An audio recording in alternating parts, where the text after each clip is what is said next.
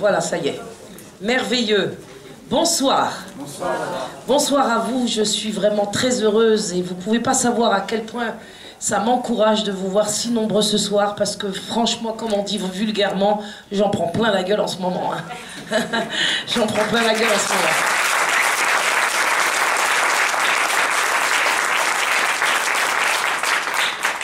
Alors, vous avez certainement vu une équipe de journalistes à l'entrée. Je ne veux pas les voir. Je vais vous expliquer à vous pourquoi. J'espère qu'il n'y en a pas dans la salle, parce que s'il y en a dans la salle qui soient infiltrés, vous pouvez être certain que le compte-rendu sera évidemment très loin de la réalité et qu'il n'aura comme seul objectif que de nous porter préjudice, alors que nous sommes les uns et les autres ici réunis pour défendre une cause sacrée. Mais vraiment sacré, parce que la situation n'a jamais été aussi grave, je crois, depuis que je suis née. En tout cas, c'est comme ça que moi je l'évalue aujourd'hui. Je n'ai jamais vécu une période aussi terrible, parce qu'il ne m'a jamais été donné de voir dans les institutions qu'on s'attaque à ce point à ce qu'il y a de plus pur, de plus innocent, de plus fragile, de plus intègre, de plus porteur de toutes les qualités et tous les principes que la création comporte, c'est l'enfant. Donc maintenant que nous sommes dans cette situation terrible, je me réjouis que vous soyez tous là. Et je veux vous dire une chose, la première sur laquelle je reviens, c'est qu'en effet, je ne veux pas voir de journalistes, en tout cas les journalistes du pouvoir, parce que malheureusement, ils ne considèrent pas que notre cause est sacrée, ils s'en moquent, ils nous méprisent. Vous savez, ce qui se déverse actuellement sur moi, ce n'est pas seulement que ça m'affecte, parce que ça ne m'affecte pas, ce genre de propos venus de là où ça vient ne m'affecte pas, mais cela m'inquiète parce que je vois en effet qu'aujourd'hui, en France, la situation est en effet de plus en plus grave. On ne peut plus dire quoi que ce soit dans ce pays sans être immédiatement taxé des pires qualificatifs qui remonteraient aux heures les plus sombres de notre histoire. Donc ça commence à bien faire. Je me refuse de considérer comme interlocuteur crédible ce type d'énergumènes qui travaillent pour des journaux qui sont parfaitement au solde de l'inverse de notre mobilisation. Donc c'est la raison pour laquelle vous ne me verrez jamais, en tout cas, m'adresser dans le cadre de son combat, et probablement même au-delà, aux journalistes du pouvoir dont la mission est de faire en sorte que nous perdions cette cause qui doit, au contraire, être victorieuse.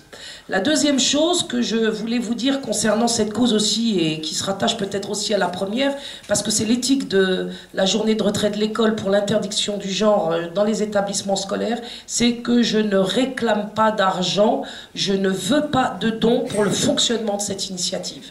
Quels qu'en soient les inconvénients, je ne veux pas que vous versiez de l'argent pour les JRE, je ne veux pas qu'on fasse de business au nom des JRE. Ce que j'attends de vous, ce n'est pas de l'argent, ce ne sont pas des dons, quelle que soit la difficulté qu'il en court de ce fait. Je veux votre foi, votre détermination, votre mobilisation, votre foi dans le fait que cette cause est sacrée, votre détermination ferme et définitive, et votre mobilisation générale pour la deuxième journée JRE. Voilà ce que je veux. Donc pas d'argent, pas de journalistes, mais des questions qui me permettront de répondre au mieux que je peux aux interrogations qui sont les vôtres, à vos angoisses. Et je vais commencer par un petit topo introducteur qui va vous dire ce que vous savez peut-être déjà, ce qu'est la théorie du genre.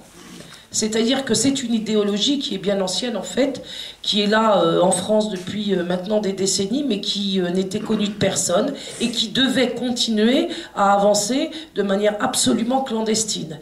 Et grâce à la divine providence, il est arrivé que aujourd'hui, notamment, pas seulement, mais notamment grâce au JRE, le projet est monté à la lumière et que cette idéologie du genre aujourd'hui commence à être connue de tous et en particulier des parents, puisque l'objectif est, entre guillemets, de l'enseigner à l'enfance. Alors ils sont vachement malins. Ils ne vont pas vraiment l'enseigner parce qu'ils savent qu'ils ne doivent en laisser aucune trace. Ils vont simplement la mettre en œuvre dans le dos des parents. J'ai coutume de dire de plus en plus que l'idéologie du genre avance sous le nom de l'égalité, que son objectif est de pourrir les gosses pendant que les parents bossent. C'est abominable. La mère doit jouer ici un rôle qui va être effectivement un rôle de sainte ou d'héroïne. Trouvez le qualificatif qui vous convient le mieux selon votre vision de l'univers. De sainte ou d'héroïne, car elle va devoir plus que jamais, mieux que jamais, d'une manière déterminée et je dirais presque sacrificielle, défendre ses petits. Il faut que les mamans se mobilisent. Alors je ne dis pas seulement les mamans, je dis aussi les papas, mais je sais que les papas sont très occupés au travail. Ceux qui pourront chaque jour apporter soutien et fermeté dans le combat de la maman qui, quand même, il en reste qui ne travaillent pas, pourront effectivement jouer un rôle considérable.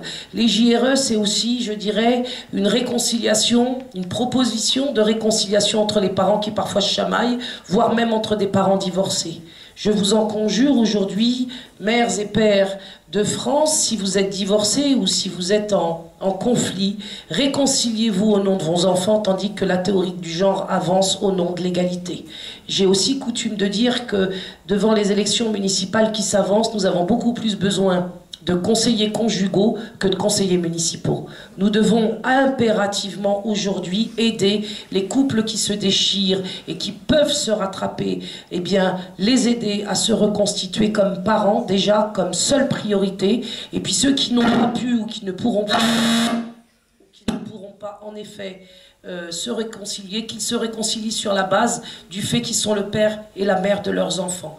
Si cette réconciliation des parents, si cette réconciliation des hommes et des femmes n'a pas lieu, ceux qui vont payer, ce sont les enfants. On l'a toujours dit, mais cette fois-ci, ils vont le payer d'une façon qu'on n'a jamais imaginée et qu'on n'aura pas soupçonnée. Donc il est impératif aujourd'hui que, dans le cadre des JRE, la question du couple aussi, soit traité du seul vrai couple, c'est-à-dire de l'homme et de la femme, qui ont porté ensemble un enfant et qui aujourd'hui, éventuellement dans le conflit, sont incapables de se mettre d'accord. Je pense que le challenge nous est lancé par la divine providence. Couple divorcé, couple en mésentente, faites en sorte au moins d'être d'accord pour sauver la pureté, la pudeur et l'intégrité de vos enfants. C'est une chose qui me paraît extrêmement importante. Maintenant, la question qui se pose aussi, c'est: comment se fait-il que nous n'ayons jamais su ce qui se tramait? Parce que nous n'avons jamais su ce qui se tramait. Eh bien, tout simplement parce que nous sommes très occupés à des activités extérieures qui nous conduisent parfois, de plus en plus souvent, notamment avec le travail des femmes, à délaisser nos enfants. Nous sommes envoyés tous les jours très loin d'eux finalement, si ce n'est pas géographiquement, au moins mentalement, psychologiquement. Nous sommes très loin de nos enfants. Donc je vous disais qu'il faut aussi se préoccuper en effet, et on n'en a pas le temps, il va falloir le trouver ce temps-là. Ce temps-là sera l'équivalent, je dirais, d'une prière pour les croyants, mais il sera aussi le temps d'une rencontre pour les athées avec leurs enfants. On fait tout ce qu'on peut, mais on est tous dépassés. Et pendant qu'on fait tout ce qu'on peut et qu'on est tous dépassés, il y en a qui sont tranquillement en train d'agir dans notre dos en direction de nos enfants.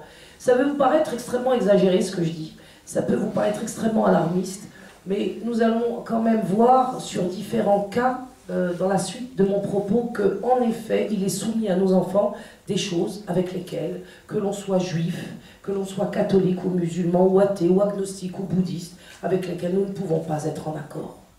En tant qu'adultes, ayant reçu tous quand même l'éducation que nous avons reçue, qui a quand même été celle du respect, quelle que soit la culture de laquelle on est issu, aujourd'hui nous ne pourrions pas, tous là, autant que nous sommes, aussi différents que nous sommes, accepter ce qui est transmis à nos enfants, dans notre dos, pour la bonne raison qu'on ne nous l'a pas transmis.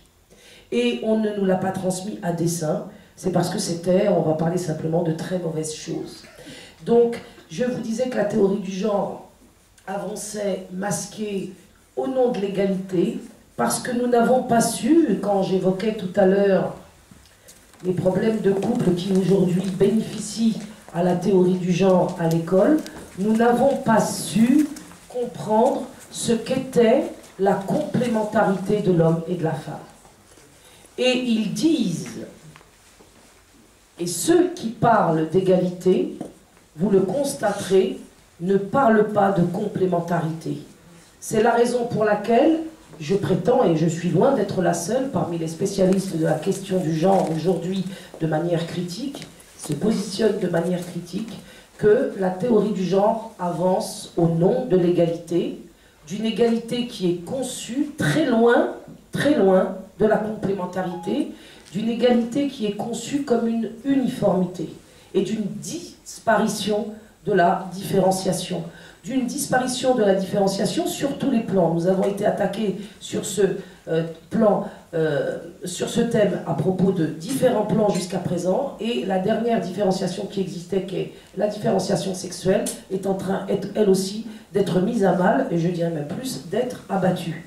Nous devons donc, dans le cadre des JRE, mais pas seulement, il y a d'autres cadres pour le faire, moi je suis là pour le proposer dans le cadre de la journée de retrait de l'école, et ça peut être une étude ou des débats ou des recherches qui peuvent avoir lieu évidemment ailleurs, je n'ai pas d'exclusif sur le sujet. Réfléchissez à la complémentarité de l'homme et de la femme. Allez chercher dans l'histoire, et puis à quoi ça sert, et pourquoi, de toute éternité, et elle existe. Et cette complémentarité-là, c'est ce dont nous avons besoin pour avoir une communauté, une société, une famille, une civilisation où l'équilibre est un principe de fonctionnement. On est en train de nous produire, derrière le nom de l'égalité, le plus grand des chaos. Donc, ça peut choquer beaucoup de gens, et j'aurais été choquée moi-même il y a quelques années, si on m'avait dit que l'égalité devait être revisitée, parce que j'y croyais comme tout le monde, comme étant effectivement une notion, un concept qui allait nous apporter le bonheur. Aujourd'hui, ceux qui l'entendent, cette égalité, ils l'entendent dans le sens de la perte des différences qui fait que nous existons les uns avec les autres, les uns par les autres, et chacun apportant sa pierre à l'édifice, parce que justement différence il y a, et parce que justement des relations de solidarité, de complémentarité peuvent avoir lieu. Car la complémentarité n'existe pas seulement dans le couple, elle existe à tous les niveaux. Et le dernier, je dirais, bastion de la complémentarité, ben, c'est la famille. Et lorsque nous avons finalement accepté de passer de la famille constituée, ce qui était déjà une perte par rapport à la famille élargie, mais enfin reprenons de la famille constituée à partir de l'homme et de la femme et du père et de la mère, lorsque nous avons finalement accepté de passer de cette famille père, mère, enfant à la famille mère seule, enfant, puis à la famille père seul, enfant, nous étions en train de travailler à notre corps défendant certainement pour que la théorie du genre, l'idéologie du genre s'installe dans notre pays, dans notre culture et détruise notre civilisation. Parce qu'aujourd'hui, qui sera choqué par la famille constituée d'un seul adulte accompagné ou élevant plusieurs enfants? Or, en fait, c'était déjà abominable. Et nous n'avons pas su dire que ce prétendu modèle, puisqu'en fait, de modèle par définition, il peut n'y en avoir qu'un, seul, c'est le père, la mère et les enfants, parce que par définition, un modèle est unique. Dès lors que vous avez plusieurs modèles, comme on veut nous le faire croire, eh bien c'est la disparition du modèle. Donc le seul modèle unique par nature, c'est celui qui est constitué d'un père et d'une mère, pour la bonne raison que seuls le père et la mère peuvent enfanter. Ensemble, de manière complémentaire. Il n'y a pas d'autre façon. Et même dans les caricatures et les parodies qu'on veut nous vendre aujourd'hui grâce à la science, en promettant par exemple à des homosexuels d'avoir des enfants, on est quand même dans la rencontre exclusive, quelque part, du principe masculin et du principe féminin. Qu'on le fasse dans une éprouvette ou par les voies sacrées du lit, je dirais, on est toujours dans ce même modèle-là. Et le fait de le parodier avec des instrumentalisations scientifiques ne change pas le fond de la création, de l'enfantement. Donc nous en sommes arrivés à avoir accepté aujourd'hui 3 modèles alors qu'il n'y en avait qu'un seul. Je le répète, le premier, le père, la mère et les enfants. Le deuxième, la mère seule avec les enfants. Le troisième, le père seul avec les enfants, qui est encore plus aberrant que le précédent, hein, parce qu'il faut dire les choses comme elles sont. Un homme seul avec des enfants, surtout lorsqu'ils sont petits, c'est particulièrement aberrant et difficile pour lui. Et nous sommes entrés maintenant dans l'ère, parce que c'est interminable. Et c'est pour ça que je vous réunis aujourd'hui et je vous réunis partout en France. C'est que nous sommes entrés dans l'ère légalisée de 2 hommes avec des enfants et 2 femmes avec des enfants. Alors là, c'est vrai que on va dire que plus de la moitié de la France, à mon avis les 2 tiers, coincent. Alors comme les 2 tiers de la France coincent, eh bien, on le fait passer en force, ça s'appelle la loi Taubira, qui est passée effectivement sans débat, puisque notre réponse était connue d'avance, sans encore moins la possibilité de mettre en place un référendum, puisque quand même on a beau être dégénéré, et je le suis avec vous, encore pas à ce point-là, et on veut accélérer notre dégénérescence justement en nous imposant par la force des lois qui vont contribuer à ce que nous nous précipitions de plus en plus rapidement vers l'abîme. Car ce mariage homosexuel de 2 hommes et 2 femmes n'a pas sa légitimité parce que n'a pas de compétence d'enfantement. Dès lors, on s'attribue un droit qui est absolument hérétique, et excusez-moi le terme, mais il me paraît important de l'employer de cette façon, même si on me prendra ensuite pour quelqu'un qui a totalement pété les plombs et est devenu paranoïaque, comme j'ai pu l'entendre dire ici et là. Je n'ai pas pété les plombs, je ne suis pas devenu paranoïaque. C'est totalement hérétique, dans le sens où, n'ayant pas la compétence d'enfantement, on est en train d'inverser les critères, et 2 hommes ou 2 femmes vont se retrouver à avoir le droit d'avoir des enfants. Alors que jusqu'à présent, nous étions en train de parler de l'inverse, à savoir du droit des enfants d'avoir des parents. Et la situation a été, par la loi Taubira, totalement inversée. Cette inversion est désastreuse. Et c'est ce qui fait que, en disant aujourd'hui, on me taxe d'extrême droite et j'en passe. Même de négationniste, il faut le faire.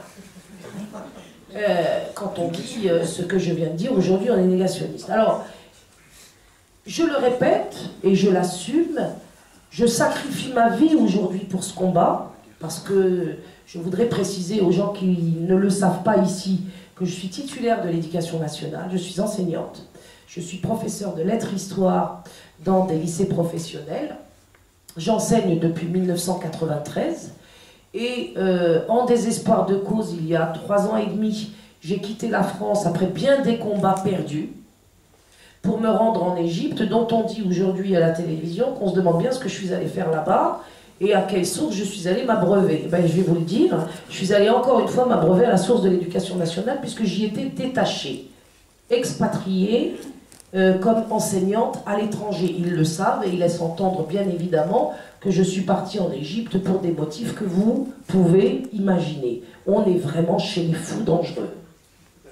On est vraiment gouverné par des fous qui sont dangereux. En vérité, je ne pense pas qu'ils soient fous. Je pense au contraire qu'ils ont des projets et qu'ils savent où ils vont et qu'ils ont un calendrier et que nous venons là tous ensemble contrarier le rythme de leur calendrier. Et c'est ce qui les a beaucoup énervés.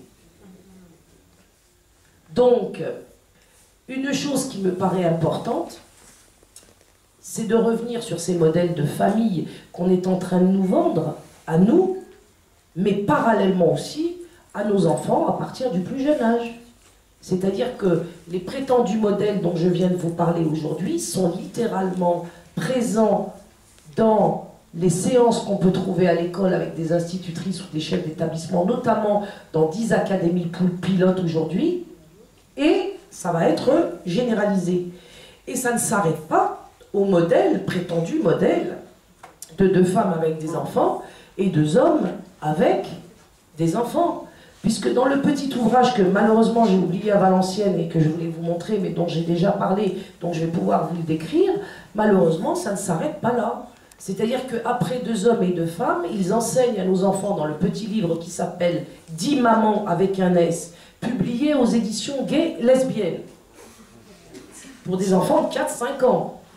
Les éditions Gay Lesbiennes, dont le titre par exemple est « 10 mamans avec un S ». Et bien dans cet ouvrage, on voit que parmi tous les modèles dont je viens de parler à l'instant, s'en ajoute encore un autre qui doit succéder au mariage homosexuel. C'est la famille constituée, alors tenez-vous bien, de 2 hommes et de 2 femmes et d'enfants. Alors nous, de notre point de vue à nous, de réactionnaires négationnistes, ça s'appelle une partouze. excusez-moi le terme, mais 2 hommes, 2 femmes et des enfants, ça s'appelle une partouze pour nous. Pour eux, ça s'appellera une famille, avec un livret de famille. Et je viens de... Merci. Dans ce livre-là, donc, vous trouvez effectivement ces propositions qui sont faites aux enfants ici. Je ne sais pas si vous voyez bien le dessin d'en haut qui reproduit la page, la double page où les familles, les différentes compositions du style sont proposées. Vous avez ici en première ligne donc le père, la mère et les enfants, la femme seule, le père seul, puis ensuite 2 femmes et 2 hommes, et là enfin, vous voyez bien 4 adultes, on a 2 hommes et 2 femmes. Alors on pourrait se dire, bon, c'est peut-être fini là, pas du tout, parce qu'en dessous de ce 6e modèle, de cette composition 6e, vous avez en dessous écrit, etc., etc., etc. Et ça, on le soumet à des enfants de 4-5 ans. Alors, moi je peux vous dire une chose, si la théorie du genre n'existe pas, je peux vous dire que moi non plus, en face de vous, aujourd'hui, j'existe pas. On est des rumeurs. Vous n'êtes que des rumeurs. Donc la situation est extrêmement grave, et cela m'amène à considérer le dernier point que je veux soulever dans mon introduction, avant de vous donner la parole, parce que j'entends bien parler avec vous. C'est qu'aujourd'hui, plus que jamais, et excusez mon emphase, mais je ne peux pas parler sur un autre ton, il faut faire l'union sacrée pour sauver nos enfants. Il faut impérativement prôner dans le cadre des journées de retrait de l'école l'interdiction de la théorie du genre, laquelle ne s'est introduite clandestinement à l'école que parce qu'il y a eu légalisation du mariage homosexuel. Sans le vote de cette loi, il n'aurait pas été possible d'en arriver là. Le but du mariage homosexuel n'était pas le mariage homosexuel. Le but, c'était de faire pénétrer toutes les institutions par cette idéologie. Et pas seulement l'école, mais pour nous, l'école aujourd'hui nous réunit, mais sachez, parce que c'est quand même l'endroit le plus grave à nos yeux et à nos cœurs, mais sachez que toutes les institutions du pays, toutes les institutions françaises vont être pénétrées par cette idéologie. C'est-à-dire que même le dictionnaire va être bouleversé. Le nom de père et de mère au nom du père n'existera plus. Nous sommes dans une hérésie complète. Nous sommes dans une hérésie totale. Et nous ne pouvons plus aujourd'hui nous dire que, effectivement, nous allons individuellement trouver une solution pour sauver les nôtres. Ça ne sera pas possible. Je veux dire aux musulmans que je rencontre, et qui doivent peut-être le penser aussi dans cette salle, qui me disent, bon, on va se barrer. Alors, d'abord, je ne les crois pas, parce que ça fait 60 ans qu'ils me disent qu'ils vont se barrer, ils sont toujours là. Ça, c'est la première chose. Dans les bois. Mais, en admettant que cette fois-ci soit la bonne, où irez-vous? Puisque je vous dis que c'est la France chrétienne qui est visée, c'est la France catholique qui est visée, c'est la fille aînée de l'Église qui est encore visée, et si celle-ci tombe, le monde entier tombe. Et c'est comme ça. Si la France tombe, le monde entier tombe. Et en particulier les pays anciennement colonisés. Mais pas seulement. Parce que pour des raisons que je ne vais pas développer ici ce soir, la France reste un pays phare dans le monde, malgré toutes les attaques subies depuis 2 siècles, c'est-à-dire malgré la Révolution française, qui a fait des dégâts considérables dans la civilisation catholique que la France antérieure à la Révolution portait, civilisation catholique qui est compatible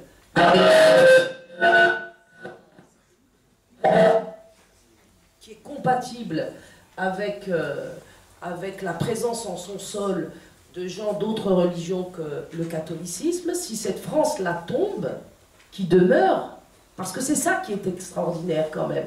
Moi je dirais, j'ai une bonne nouvelle, la France catholique est toujours vivante. C'est la raison d'ailleurs pour laquelle Madame Vincent Peillon a bien l'intention d'en finir avec elle.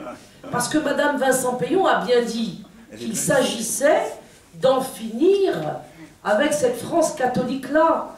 Et prétend, à juste titre, que la Révolution française n'est pas terminée. Qu'est-ce que ça veut dire que la Révolution française n'est pas terminée? Eh bien, ça veut dire qu'il faut qu'on nous tue les derniers catholiques. L'esprit de la chrétienté. Or, moi, en tant que musulmane, je vous affirme que la France catholique doit perdurer, non seulement perdurer, mais se réveiller elle-même. Et aux côtés des musulmans, la seule solution que la France catholique puisse aujourd'hui proposer à ce pays, c'est aux côtés des musulmans, entraînant aussi les athées et éventuellement les juifs, de constituer un front commun de la foi pour sauver les enfants, avec un seul slogan en tête, une seule idée, vaincre ou mourir.